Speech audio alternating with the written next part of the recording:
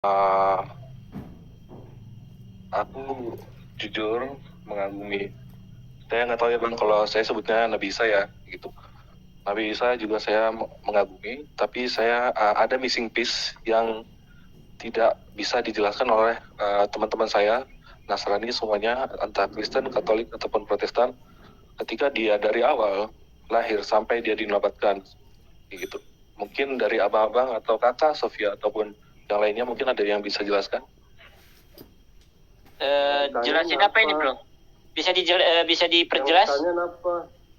Ya dari lahir sampai dia dinobatkan gitu, missing piece-nya itu perjalanannya dia loh. Maksudnya dari umur itu berapa? Itu semuanya dicatat di Alkitab kok bro.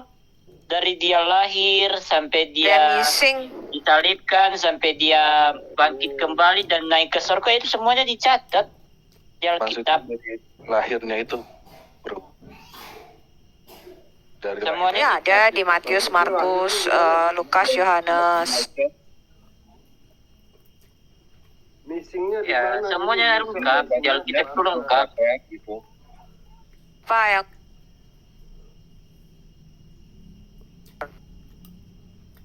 Iya, maksudnya di mana? Iya, diperjelas. Yes.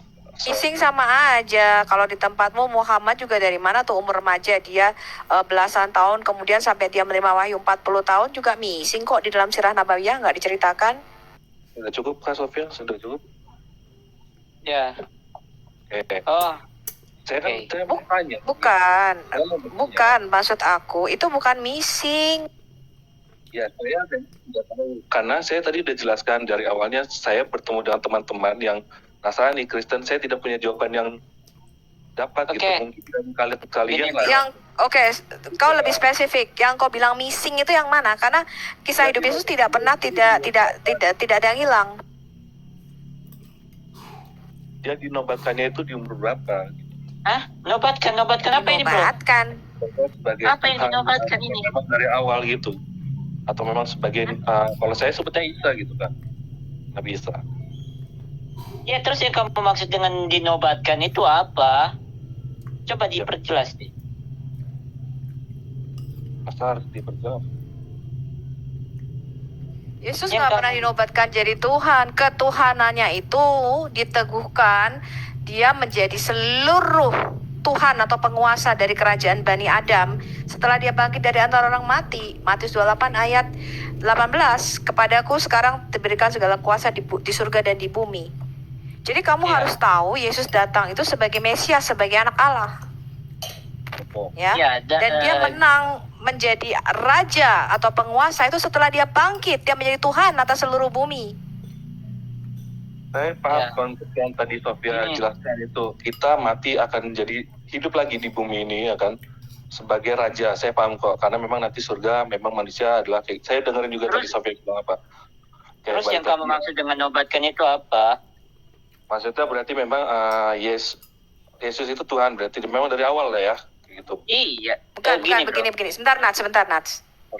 Jadi konsep kamu tentang Allah dan Tuhan itu berbeda. Kamu harus tahu dulu apa itu Allah, apa itu Tuhan. Jujur aja, nggak dapat yang benar-benar clear gitu. Mungkin iya. Oke, aku clearkan. Yang kamu tadi, aku clearkan dulu ya. Kita bicara konsep Allah. Di dalam Alkitab, yang namanya Allah itu bukan nama pribadi seperti Quran. Sesembahan kamu namanya Allah Subhanahu wa Ta'ala, itu nggak ada di dalam Alkitab. Alkitab tidak mengenal Tuhan yang bernama Allah Subhanahu wa Ta'ala. Dari Kejadian sampai Wahyu nggak ada nama Tuhan itu. Nama Tuhan di dalam Alkitab itu disebutkan dengan jelas namanya Yud He Vav He, yang disebut juga dengan 4 huruf suci. Itu nama Tuhan kami, Yehuwah, Yahweh. Nah sekarang kata Allah di dalam Alkitab ya itu bukan nama pribadi, bukan nama sesembahan orang Kristen. Kata Allah itu dari kata El atau Elohim di dalam Alkitab Perjanjian Lama kita. Kata El atau Elohim ini artinya makhluk roh yang kuat, makhluk dalam dimensi roh yang kuat. El itu artinya strong, mighty, power. Di dalam Alkitab kita, Yod-Heh-Vav-Heh, Yahweh itu termasuk jenis Elohim, termasuk jenisnya Allah, jenis makhluknya. Yahweh itu di dalam Alkitab disebut Allahnya para Allah, dewa tertinggi. Kemudian ada malaikat-malaikat, ada makhluk-makhluk roh, ada anak-anak Allah, Beneha Elohim. Kemudian ada hakim-hakim di dalam Alkitab kita itu disebut Elohim, disebut Allah. Kemudian ada yang disebut dengan roh-roh teritorial, dewa-dewa bangsa lain. Misalnya dewa yang disembah orang Mesir, dewa yang disembah dewa Baal, dewa Zeus, itu disebut ilah. Disebut Allah, jenisnya Elohim di dalam Alkitab kita. Kemudian hakim-hakim di dalam Alkitab kita itu disebut para Allah. Kemudian roh orang mati itu disebut Allah di dalam Alkitab kita, 2 Samuel 28 ayat 13. Kemudian hakim-hakim, malak itu disebut Allah di dalam Alkitab kita. Ya. Jadi penyebutan Allah itu general untuk menggambarkan suatu makhluk yang kuat. Bahkan kalau kamu baca Keluaran 4 dan Keluaran 7 ayat 1, Musa itu diangkat sebagai Allah bagi Firaun. Ya. Jadi Elohim itu di dalam Alkitab kita tuh genus atau jenis genom, jenis makhluk roh. Nah, sekarang siapa itu Yesus? Di dalam diri Yesus itu terdapat kealahan, ketuhanan, dan kemanusiaan. Kealahan Yesus, kenapa Yesus itu disebut Allah? Karena dia adalah sang firman yang ada di dalam diri Allah. Jadi orang Kristen percaya Yesus adalah firman Allah yang sudah ada sejak kekal di dalam diri Allah.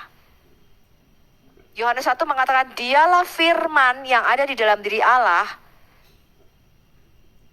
Ya, sejak semula dia ada di dalam diri Allah, dan firman itu ilahi, firman itu Allah. Nah, ketika firman itu keluar dari dalam diri Allah, nuzul menjadi manusia, Yohanes 1 ayat 14, firman itu telah menjadi manusia. Firman itu disebut anak Allah. Kenapa disebut anak? Karena dia keluar dari sumbernya. Dia keluar dari Bapa. Nah, kamu baca Yohanes 1 ayat 14 dan Yohanes 1 ayat 18. Di situ dikatakan Yesus adalah monogenesnya Bapa, yang diterjemahkan Alkitab kita sebagai anak tunggal. Kata monogenes itu artinya mono itu satu, genes itu artinya jenis. Yesus itu disebut satu jenis, satu hakikat, satu esensi dengan Bapa. Jenisnya ilahi. Nah, walaupun makhluk-makhluk lainnya itu termasuk jenis kelas Elohim, jenis kelas Allah di dalam Alkitab kita, tapi Yesus adalah satu-satunya Allah yang keluar dari Allah yang sejati. Yang dikatakan terang yang keluar dari terang yang sejati itu Yesus. Jadi kamu perlu paham bahwa Bapa yang di surga yang kita sebut Allah yang tidak kelihatan, itu dia nggak punya wujud, nggak punya bentuk.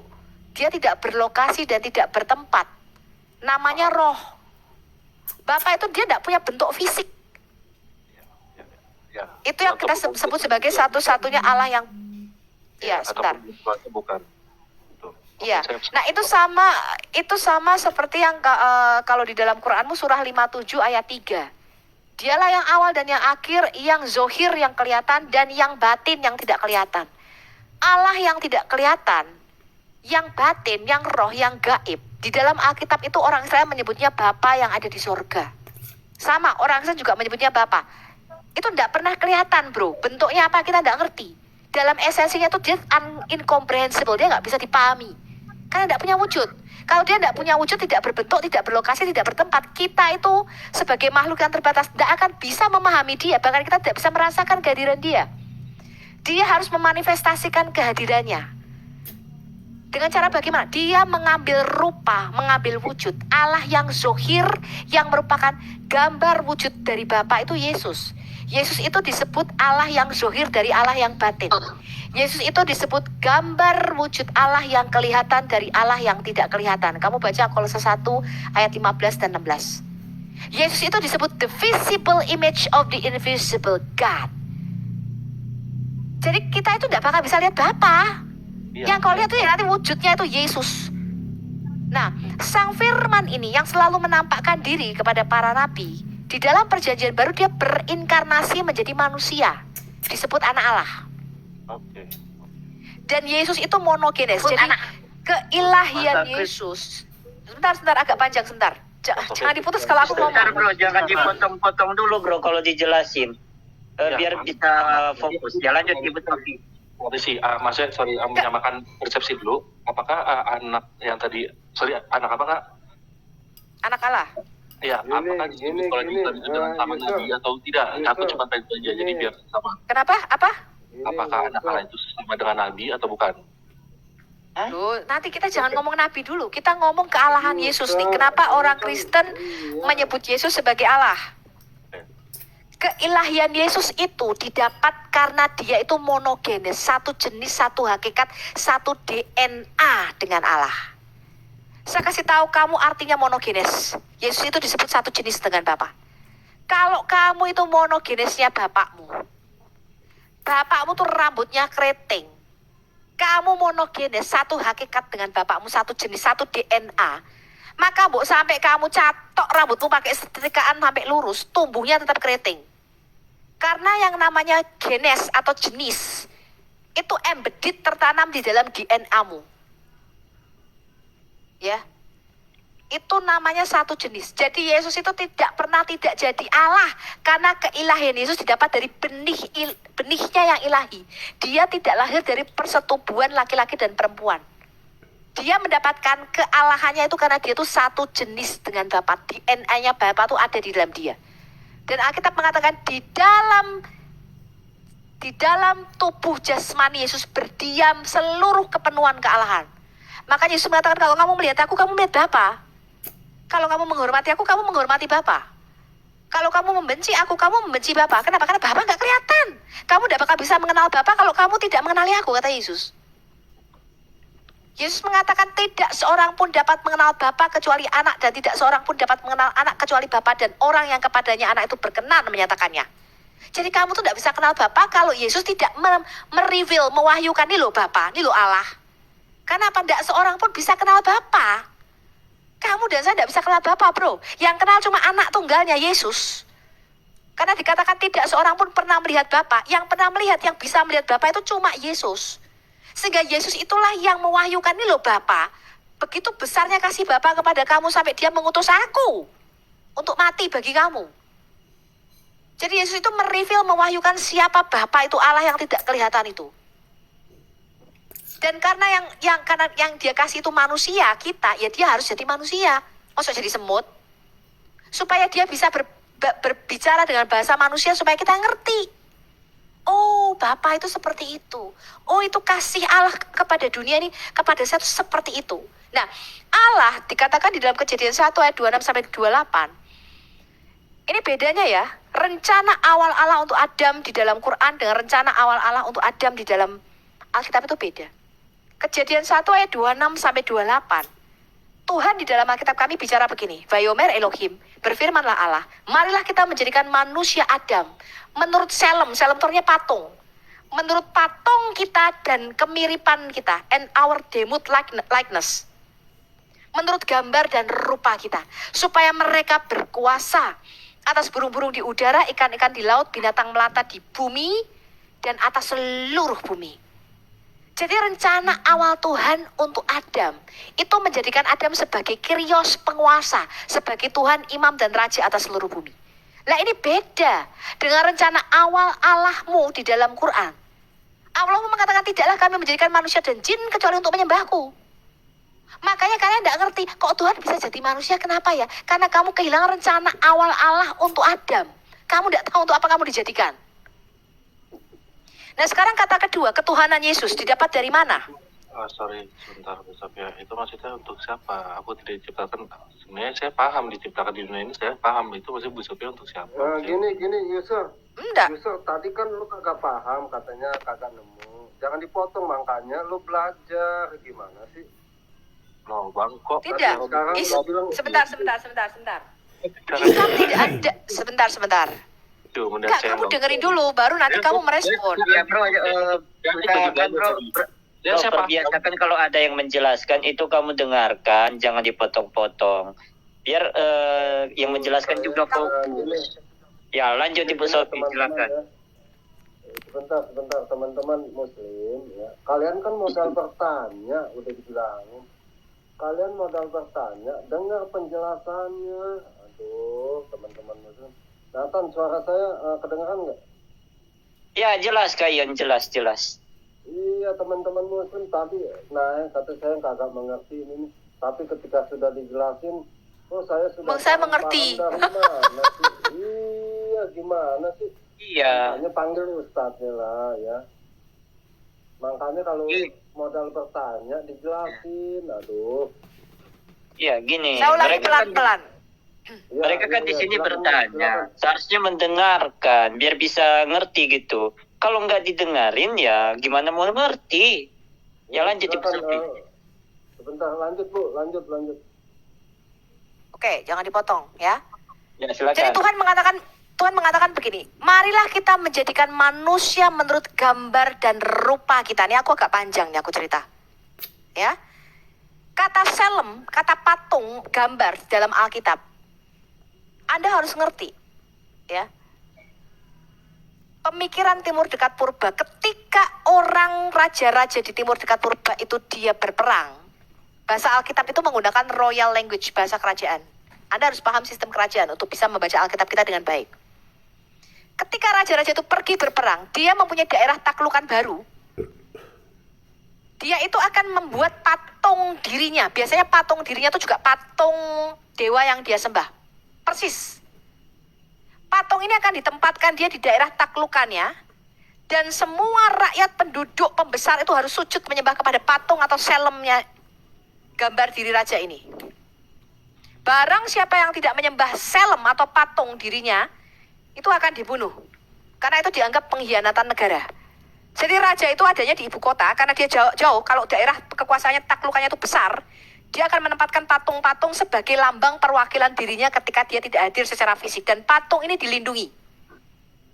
Kamu bisa baca kisahnya dalam Daniel 2. Ketika Raja Nebukadnezar membuat selem atau patung setinggi 60 hasta, maka seluruh kerajaan itu harus sujud menyembah kepada patung ini. Barang siapa yang tidak sujud akan dimasukkan ke dalam dapur perapian yang menyala-nyala.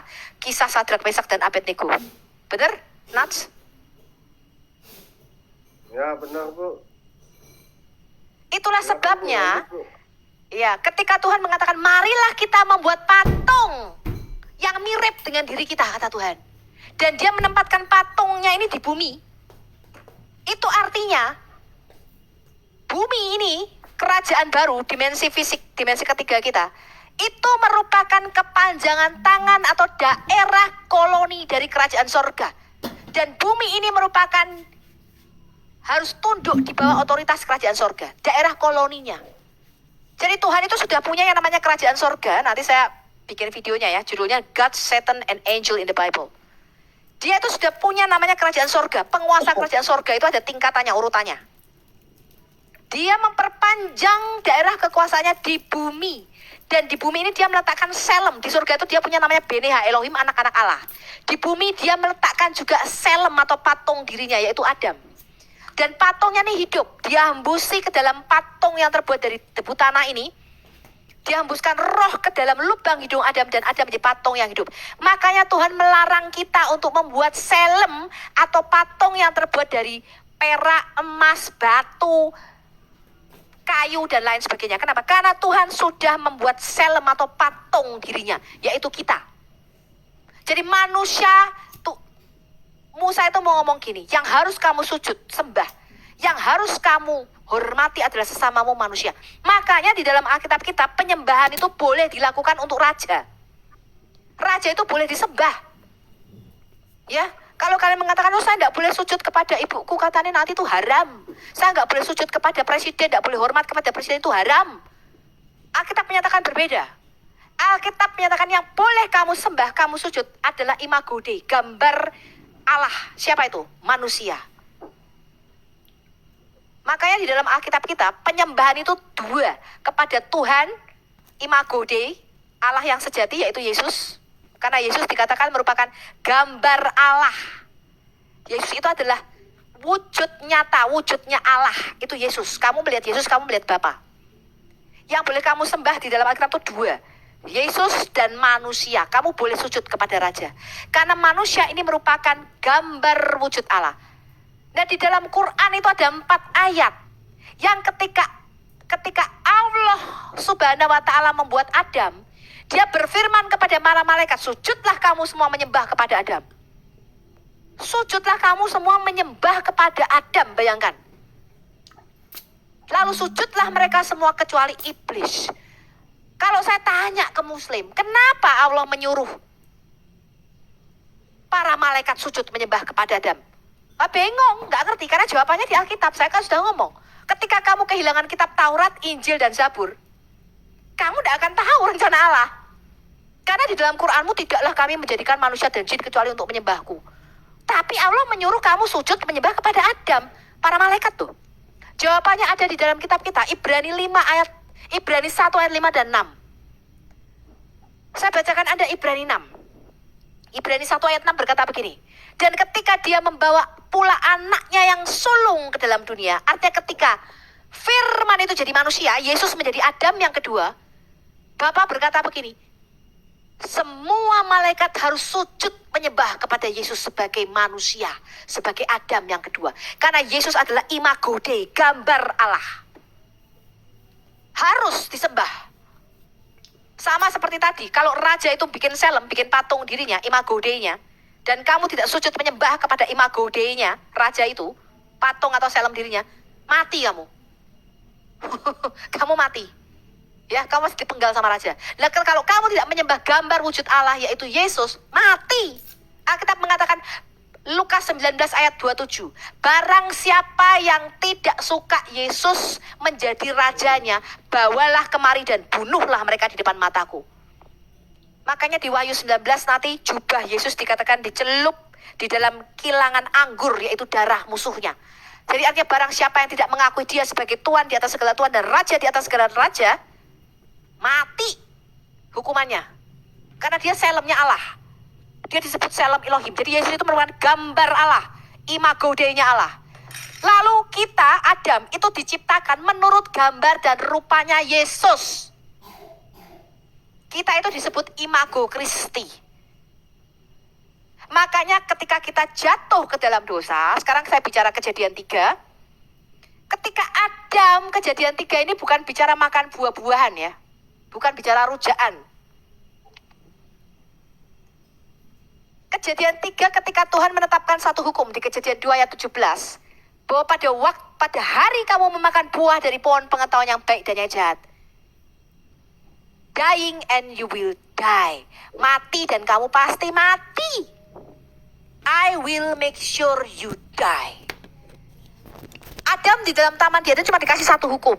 Jangan makan dari pohon kebijaksanaan. Jangan makan dari buah pohon pengetahuan baik dan yang jahat. Kenapa? Karena Adam itu a young species. Makanya dia telanjang. Adam itu mencerminkan manusia kanak-kanak rohani, bayi rohani. Makanya dia telanjang dan tidak tahu malu. Nah, seorang bayi itu dia belum bisa membedakan mana yang baik dan mana yang jahat. Dia belum bisa karena dia masih bertumbuh dan belajar. Makanya Tuhan mengatakan jangan makan, belum waktunya. Kamu belum bisa membedakan mana yang baik dan yang jahat. Kamu harus ikuti otoritas kerajaan sorga untuk bisa mengetahui mana yang baik dan mana yang jahat. Sebaliknya, makhluk-makhluk surgawi itu tidak diciptakan dengan kanak-kanak. Makanya kamu tidak akan pernah mendengar malaikat itu dari bayi tumbuh jadi besar terus malaikat pergi sekolah. Makhluk surgawi atau malaikat itu diciptakan full of wisdom, penuh dengan kebijaksanaan. Jadi pada hari malaikat kerubim, serafim itu diciptakan Tuhan, mereka itu sudah dewasa. Mereka bisa membedakan mana yang baik dan yang jahat. They know, mereka tahu. Makanya ketika mereka melakukan dosa, yaitu memberontak terhadap kerajaan sorga, tidak bisa diampuni dosanya. Karena apa? Kalau anak-anak umur 3 tahun, saya kasih tahu kamu, kalau dia nyolong roti, kemudian dia pukul temannya, kayak saya dulu pernah dijorokin teman saya waktu naik sepeda, umur 3 tahun, yang jorokin saya juga umur 3 tahun. Bisa dituntut tak kira-kira anak 3 tahun ini? Tidak bisa, kenapa? Dia belum bisa membedakan mana yang baik. Hatinya tuh masih polos. Because he's a young species, dia masih belum bisa ngerti. Belum akil balik. Tapi sebaliknya malaikat, penghuni surga itu diciptakan full of wisdom. Dia tidak namanya growing in knowledge. Malaikat itu tidak belajar. Oh dulu aku tidak tahu fisika, sekarang aku tak belajar fisika. Dulu aku taunya tambah-tambah, sekarang aku belajar perkalian. Tidak, malaikat tidak begitu. Begitu dia diciptakan, dia punya pengetahuan, dia punya roh hikmat, dia ngerti. He knows. Ya, tergantung jenis malaikatnya. Semakin tinggi tingkatan atau rankingnya, maka dia akan semakin full of wisdom. Ini Anda harus tahu dulu. Nah, Kejadian 3 itu bicara peperangan rohani. Bicara peperangan rohani Adam dengan iblis. Itu makhluk roh. Itu kerub. Ular nakash itu bicara kerub penjaga tahta Allah. Kerubim. Adam kalah di dalam peperangan rohani itu. Dia memproklamasikan kemerdekaan kerajaan Adam di bumi dari otoritas kerajaan sorga. Dia nggak mau dengerin firman Tuhan, jangan makan dari buah pohon pengetahuan yang jahat, yang baik dan yang jahat. Dia jatuh, dia dengarkan perkataan iblis. Dan bersamaan dengan jatuhnya Adam, maka dia memproklamasikan kemerdekaan daerah koloni kerajaan bumi dari otoritas kerajaan sorga. Dan dia memindahkan kerajaan Bani Adam di bumi ke tangan yang kita sebut dengan penguasa kerajaan angkasa. Kalian kalau nggak percaya baca Efesus 2 ayat 1 dan 2. Di mana kerajaan bumi ini berpindah dari kerajaan sorga, kantor pusatnya pindah headquarters. Pindah kantor pusat kita. Menjadi di bawah penguasa kerajaan angkasa. Namanya iblis, dan iblis ini berkuasa di kerajaan maut, namanya di kerajaan kematian. Oleh karena dosa satu orang yaitu Adam, dia jatuh, dia meleset dari tujuan semula menjadi citra dan gambarnya Allah. Adam jatuh meleset, dia kehilangan kemuliaan Allah, dia memindahkan kerajaan bumi ini di bawah kerajaan maut. Oleh karena dosa satu orang yaitu Adam, maka dosa masuk ke dalam dunia dan maut menjalar kepada kita semua. Kematian masuk ke dalam dunia. Jadi yang ditebus Yesus itu dosa asal, tadi kita bicara ya, bukan dosa perbuatan. Pembunuhan, pembunuhan, perzinahan, pencurian itu buah-buah perbuatan dosa yang kita lakukan karena kita sudah jatuh dalam kondisi fallen state. Kita itu fallen state. Ada ditekuk sedikit.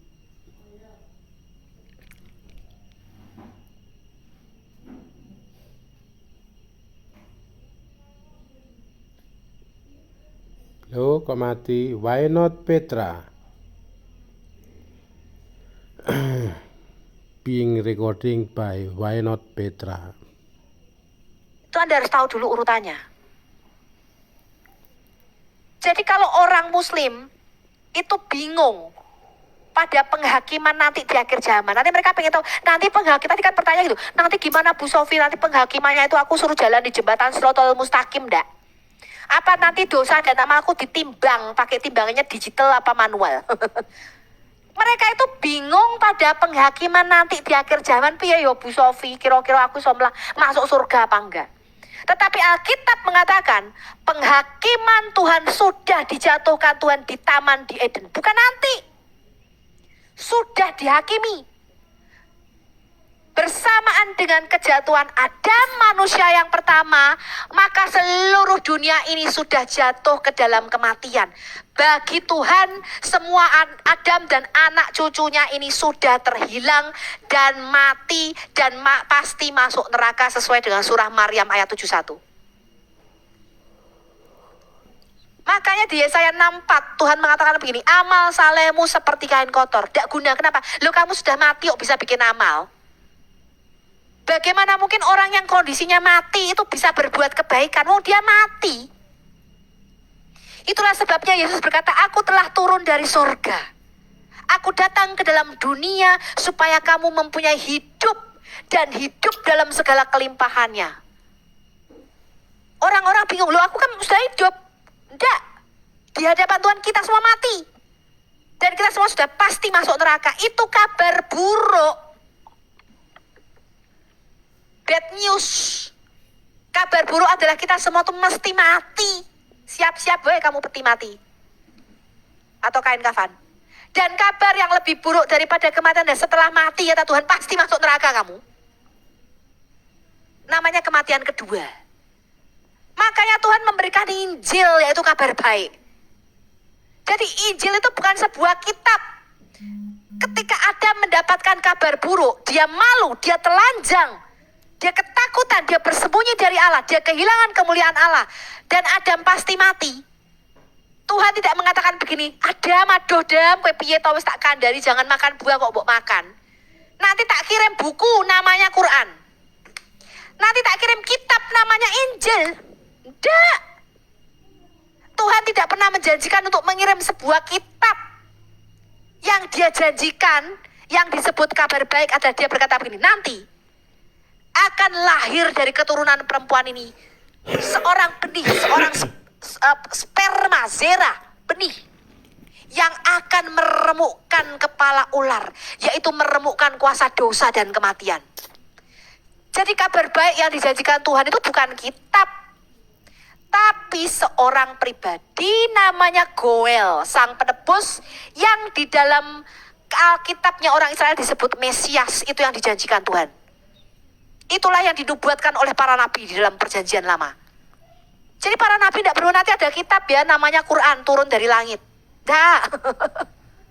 Para nabi bernubuat tentang satu, yaitu tentang kedatangan seorang juru selamat, Goel, Mesias. Dan nubuatan ini lengkap dari mulai kelahirannya nanti di mana, lahirnya dari perawan Yesaya 7 ayat 14, lahirnya harus di Bethlehem, Mika 4 ayat 7 dan 8, Mika 5 ayat 2. Matinya harus ditusuk tangan dan kakinya, Mazmur 22. Itu dinubuatkan secara lengkap. Hidupnya bahkan ada dikhianati dengan temannya yang makan duduk semeja. Itu semua nubuatan Yesus itu lengkap. Jadi nggak ada yang namanya missing. Yesus kemana ya umur 12 sampai 30 tahun? Ada di kitab Mazmur. Ada di kitab Mazmur kehidupan Yesus. Ya, saya bisa bacakan Anda kehidupan Yesus ada di kitab Mazmur. Tidak ada yang missing, tidak ada yang hilang. Karena Yesus lahir, hidup, dan mati, dan bangkit, itu semuanya menggenapi nubuatan. He's living out the prophecy. Dia menggenapi semua nubuatan. Tidak ada yang terhilang dari kehidupan Yesus. Oke, yang kedua, saya cepat. Kata Tuhan. Ketuhanan Yesus itu didapat karena gelarnya sebagai Mesias atau Kristus. Jadi kalau kealahan Yesus itu didapat karena hakikatnya sebagai sang firman yang ada di dalam diri Allah, dan dia adalah anak tunggal Allah. Dia keluar menjadi manusia dan dia menjadi anak Allah. Itulah kealahan Yesus. Kalau ketuhanan Yesus itu selalu berkaitan dengan statusnya sebagai Kristus atau Mesias. Selalu. Tuhan itu artinya penguasa atau pemilik. Jadi Tuhan dan Tuhan itu sama. Yang beda daerah kekuasaannya. Makanya di dalam Quran kata Tuhan atau Tuhan itu sama Rab.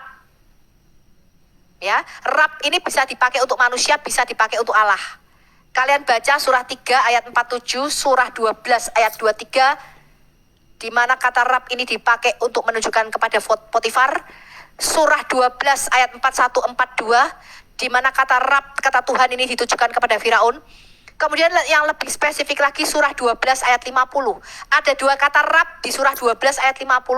Yang atas ditujukan kepada Firaun, diterjemahkan kemenak sebagai Tuhan. Yang bawah kata Rab yang sama ditujukan untuk Allah, diterjemahkan kemenak sebagai Tuhan.